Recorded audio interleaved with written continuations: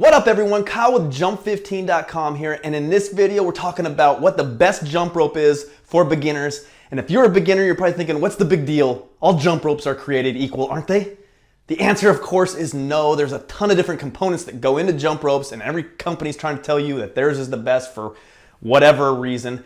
But there is one jump rope characteristic that you need to have in order to help you learn how to jump rope as fast as possible and eliminate all the frustrations of tripping up. Hashtag quit tripping. I'm gonna give you 2 rope recommendations, one at each end of the price spectrum. Let's do this.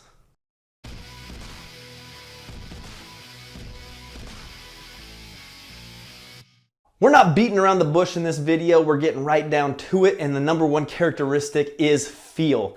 And what I mean by feel is a lot of jump ropes have a different handle weight to rope weight ratio. So what that's gonna mean is there's different levels of how much you're gonna be able to feel the rope rotating around your body. And that is key for you to be able to master the jump rope exercise quickly. There are 2 types of ropes that help with this the most. Both of them are in different ways.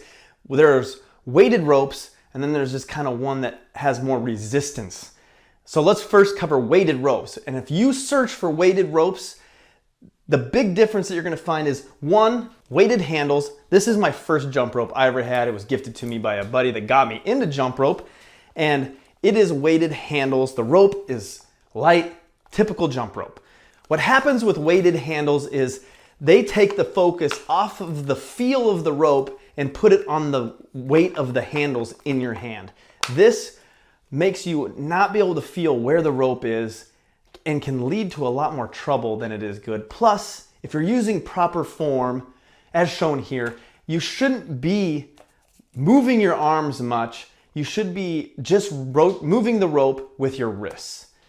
So these really just don't serve a purpose, and I would stay away from weighted handles. If you already have a weighted handle rope, I suggest removing the weights and using it that way and see if it works better. I'm betting that it will. The other option is a real weighted jump rope. This is my Crossrope jump ropes, and this is my half-pound rope. The weight is actually in the rope itself. What it does is as the rope is rotating around your body, the centrifugal force of the weight of the rope is pulling out in all directions around you, which helps you identify where the rope is through your hands, which is going to be even behind you when it's out of sight. You're gonna know as it's over your head, man, I need to start jumping. So this gives tremendously more feedback and helps you develop the timing and rhythm of jump rope, helping you learn faster. So for actual weighted jump ropes, I recommend Crossrope jump ropes. These are the ropes that I most highly recommend.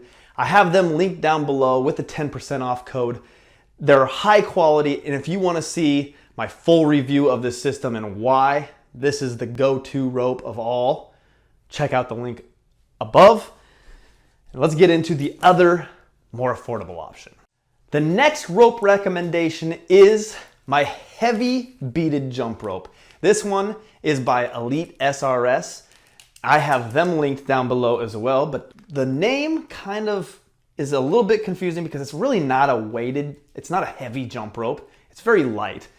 But what the typical beaded jump rope, the beads are 1 inch in length, but the heavy beaded rope is they're 2 inches in length. Because the beads are bigger, it creates more resistance when it's moving through the air, which creates that feel kind of like a weighted jump rope. It slows it down, keeps the rope tight, and provides the feedback through the light handles. This rope is only about $15 and is a great starter rope for if you don't want to spend the bigger money, you want to get into something and make sure that you're not going to get super frustrated, and you can self-size it. That is this rope right here. One of the big differences between this rope and the Crossrope is the Crossropes, because they have a bearing system, it turns through the air and effortlessly and really cuts through the air. This is a much different feel, and so it's going to be slower and it's going to take a little bit more to get the rope going at faster speeds, but which can be great for developing your rope rotational technique. Once you have chosen your rope, the next thing is you need to learn how to size your rope, as well as learn proper form and technique, because that is huge. You don't want to start ingraining bad habits because it's only going to hold you back. So check out the playlist I have linked somewhere around here. Leave any comments if you have any questions regarding the ropes that I've recommended or other stuff. Hit me up. I'm happy to help any way I can. I'll see you in the next one.